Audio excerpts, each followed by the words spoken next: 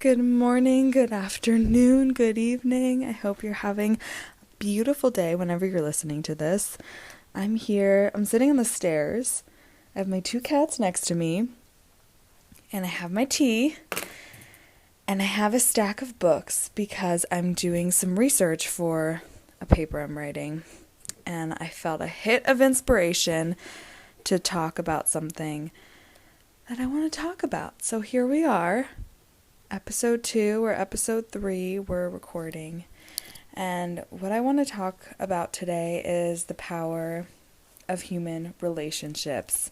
Oh, we all know the impact that relationships can have on us, both positive and negative, and I'm reading right now a book called The Neuroscience of Human Relationships, and it's talking about the impacts of positive and negative relationships. And so I want to speak today about both.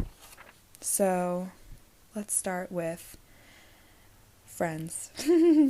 For me, female friendship is one of the joys of my life. It's something that fills my cup up so much.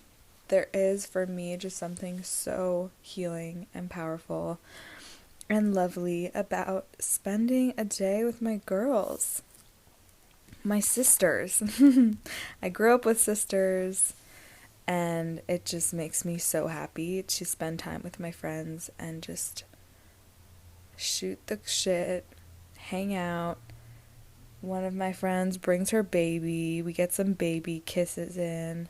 It's just the best. It's really just the best. And in this book, The Neuroscience of Human Relationships, he's writing about some of the physical and neurological impacts of positive relationships, friendships, companionships, partnerships, whatever it is. And, right, humans are social creatures. We know this. We know that we really are wired to be social. And so there are so many positive neurobiological impacts of being around people and having these positive relationships. Some of them are things like lower cardiovascular stress, just in general, better heart health, lower blood pressure, lower levels of cholesterol, a higher post-heart attack survival rate, a better immune system functioning, less symptoms when you are sick. There's just like this increased health and well-being, better mental health, decreased depression, especially in older people, better emotional regulation, less severe cognitive decline with age, and better sleep when we do feel like we belong. And that's a key part of this too, right? It's not about just fitting in. It's about feeling the sense of genuine belonging with the people that you're surrounding yourself with. So that's one thing. The next piece of this is what happens to us neurobiologically when we're in negative relationships. In relationships that are unhealthy for us for whatever reasons,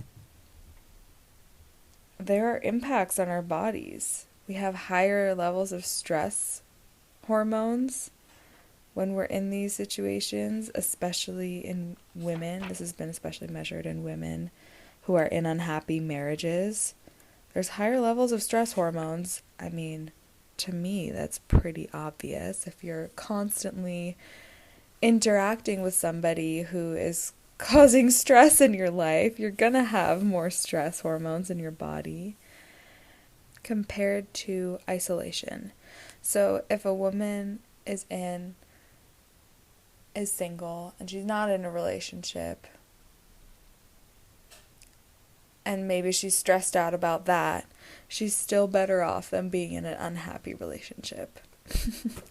And to me, I'm just like, yeah, well, this is so obvious. And it's something that a lot of people I think, forget or lose track of when they're in this situation where they're in this unhappy relationship, right? We make all of these justifications and reasons to stay. Rightfully so. It can be really scary to leave. And just recognizing that it's actually far healthier for your body, for your mental health, to be single, to be in that scary, unknown middle ground of, okay, I'm going to be on my own after being with this person for however long. The impacts of being with that person are still going to be more detrimental to your health in the long run than being alone. So I want to say that for people who find themselves in unhealthy relationships with anybody, it doesn't need to be with a partner, but with anybody, really let yourself recognize the impact that has on you, has on your nervous system. What do you notice when you interact with this person? How do you notice your behavior changing? How do you notice how much space you take up when you're interacting with this person changing? I can say for me, and I think a lot of women will relate to this, there's a pattern of shrinking when I'm interacting with somebody who I either don't feel safe around or who, has this controlling pattern.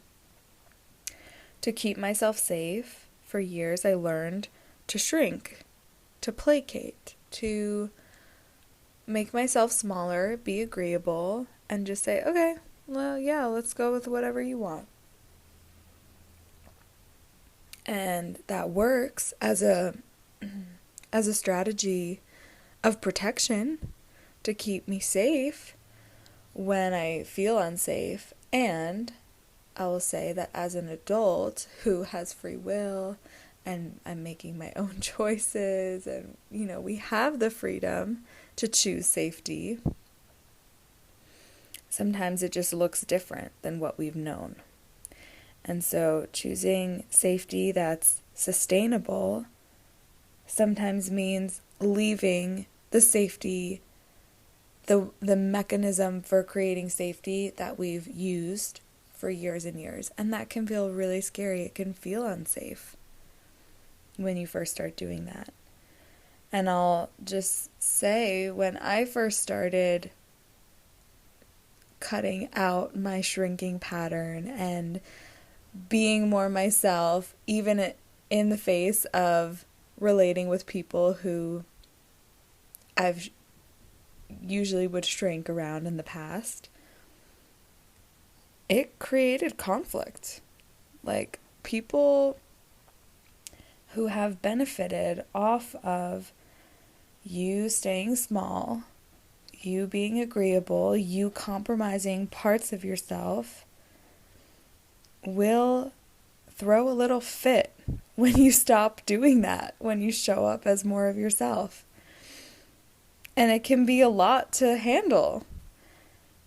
And it can be a lot to, even in the face of somebody throwing their fit about you showing up differently, it can be a lot to stay in yourself, to stay big and not go back to that old pattern. Because you know that if you do the old pattern of shrinking, of being small, they'll stop yelling. But again, the toll that doing that takes on you, on your physical well-being, on your mental well-being, your emotional well-being, your nervous system, it's so not worth it. It's so not worth it. It can feel so worth it because it works momentarily. But again, the toll that it takes on you is far worse than dealing with this conflict momentarily. and figuring out the logistics and all of the pieces that would keep you from doing what's most true to you.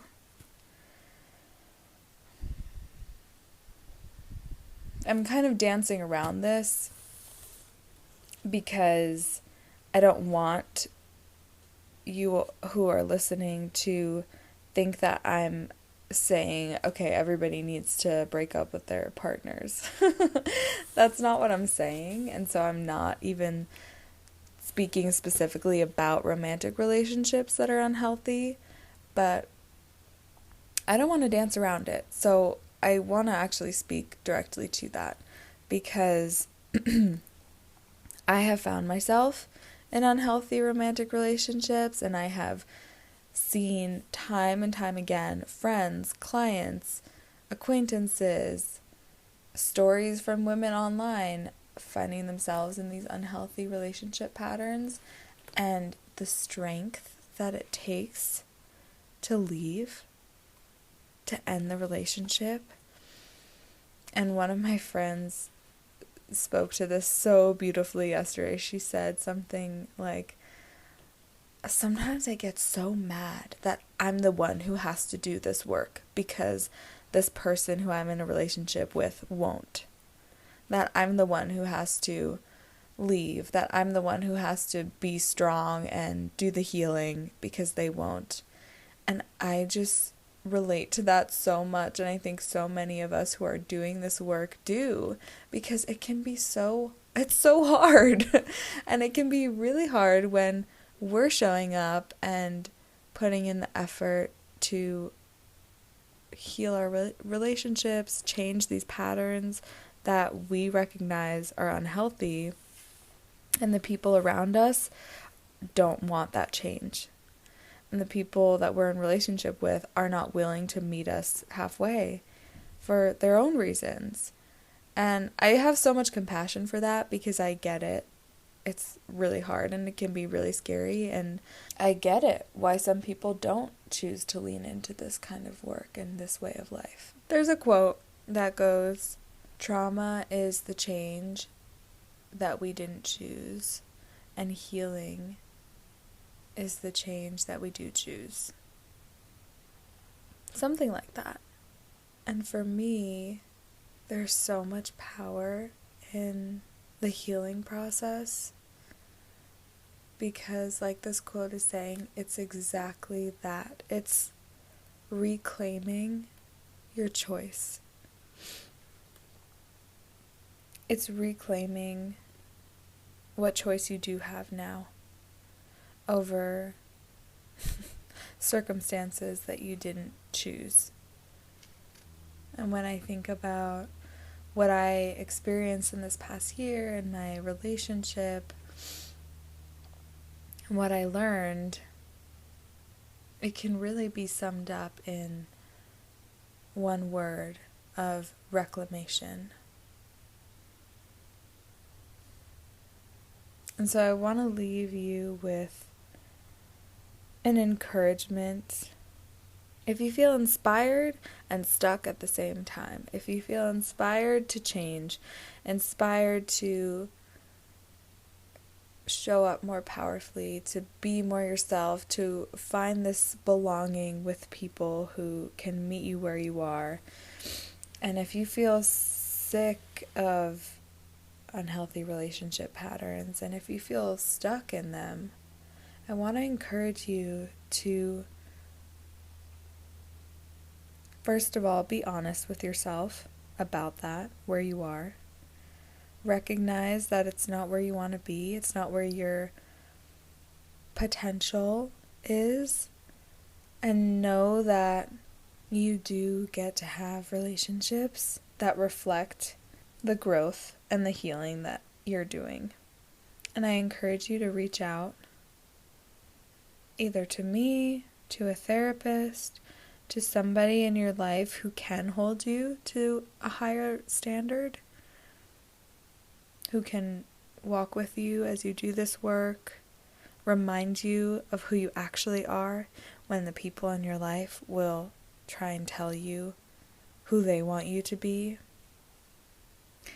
and stop negotiating with yourself. When you feel that impulse to be done, to finally cut it off with somebody who you know is doing nothing but increasing your stress hormones and lowering your lifespan, actively contributing to lowering your lifespan. Don't argue that feeling away. Don't negotiate with it. Let it have its moment. And I know it's scary, but when you feel it, act on it. It can be hard. There's financial stability, there's basic needs needing to be met, there's children, there's other people who rely on you, there's housing, and there's people being really controlling and manipulative and begging and throwing their fit. And it's hard to stand your ground and keep standing it in the face of somebody who's throwing a fit. You deserve so much love and care. You deserve to have no stress hormones in your body. You deserve to have a long, long life. And it's up to you to make choices now that your future self will be proud of you for. Even if you're not successful, even if you fail, would it be worth it still? Would your future self look back on you and smile about how ballsy you were and how you just went for it? And would you enjoy it anyways? Even if you're not successful, even if the outcome isn't exactly what you want, can it still be worth it? And so applying this to relationships, ending relationships, and investing in relationships that feel better to you, can it be okay if the outcome isn't immediately what you want? Can it be okay if you go through a period of feeling lonely, of having to really face yourself, and knowing that on the other side of that, there are people who are waiting to embrace you, to love you, to really see you? And so that's to say that when you make the choice to leave, what you're telling the universe is that you're no longer available for that kind of shit.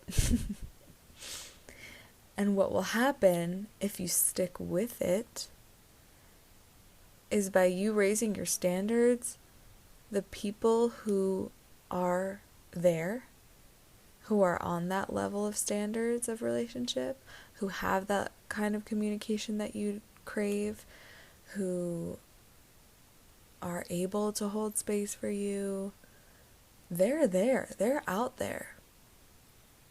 And you will align with them when you stop settling. And I just really hope that any amount of this was helpful, at least to stir up some desire for change. And again, I encourage you to reach out. There are so many resources. There are so many people who would love to be with you as you go through this process.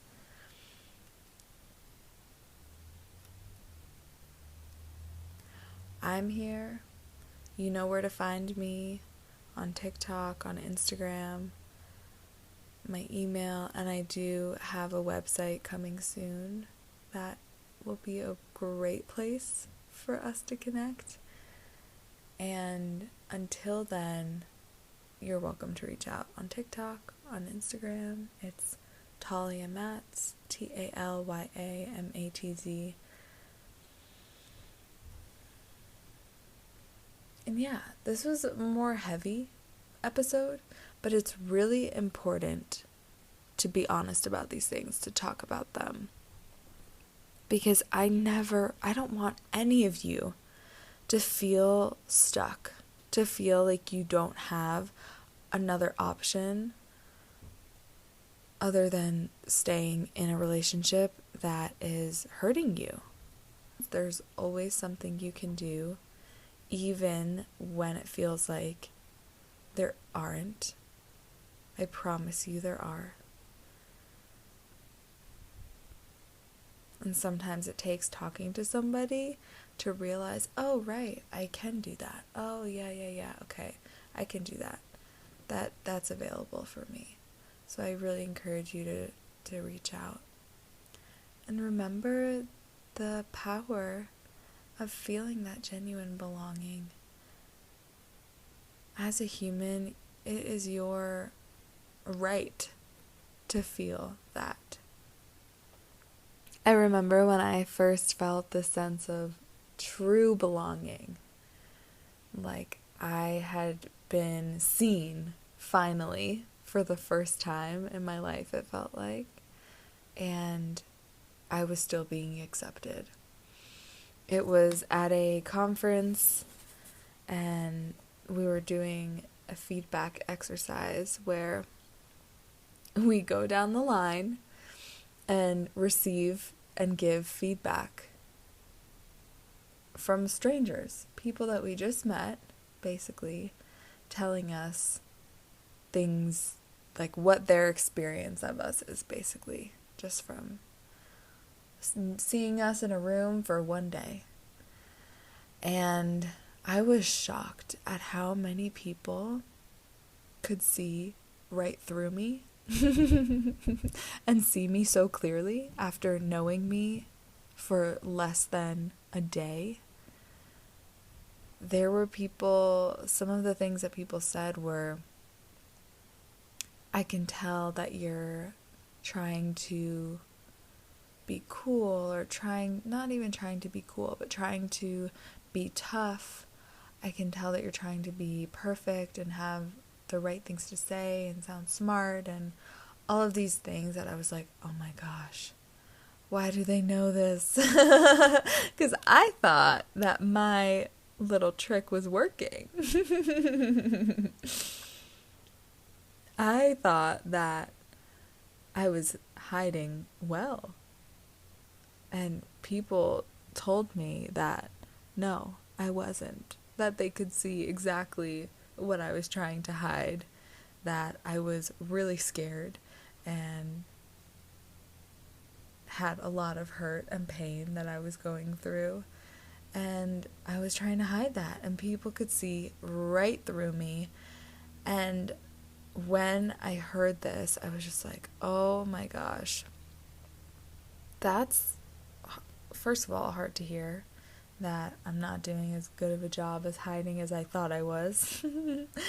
And second of all, it felt this mixture of relieving and scary.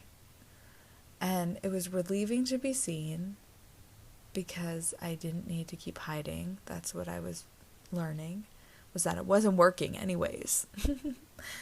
And it was scary because I felt exposed. And I felt unsure if it was okay or if people were going to accept me and all of the stuff with what they saw, which was that I was like sad and hurt and like my little girl was out and needing some love. And what I learned and what I felt was that they could hold it. They didn't care. Nobody cared that I was hurt. Nobody cared that I was sad. And they didn't need me to hide or to change. One of them even said, I just want to know you. I want to know you because I'm ready to love you. And I just need you to show me who you are so that you can actually feel the love that I already have for you. yeah, and so hearing things like that, I was definitely broke down into tears. I was definitely crying in front of these strangers. It was definitely a weird experience and something that I'm so grateful for because, again, it was one of the first times in my life that I felt genuine belonging. Like belonging with people who don't need me to change at all. They don't care that I'm going through whatever I'm going through, that I am whoever I am, that I've done whatever I've done. They didn't care. There was just so much love already there and wanting to support. I hope that everybody gets to experience that. I know that it's possible, and part of what I want to create in the world is more of those experiences for people to see that they don't need to do anything else for me to love them. They don't need to do anything to be loved. Really.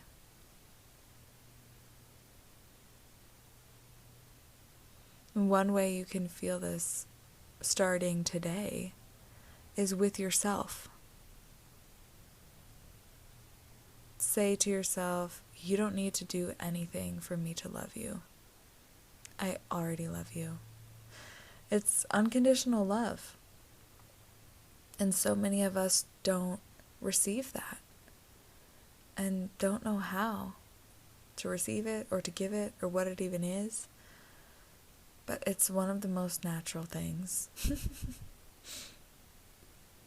And I want everybody to feel that.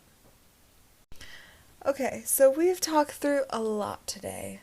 We've talked about the impacts of relationships on our neurobiology, on our stress hormones, on our lifespan, on our immune systems. And we've talked about how scary it can be to finally decide to change something, to make that big change, to leave some of those negative relationships behind. And we've talked about how it's so worth it.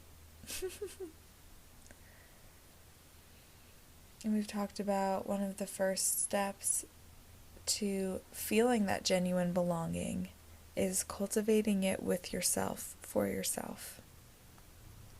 And I shared some of my stories.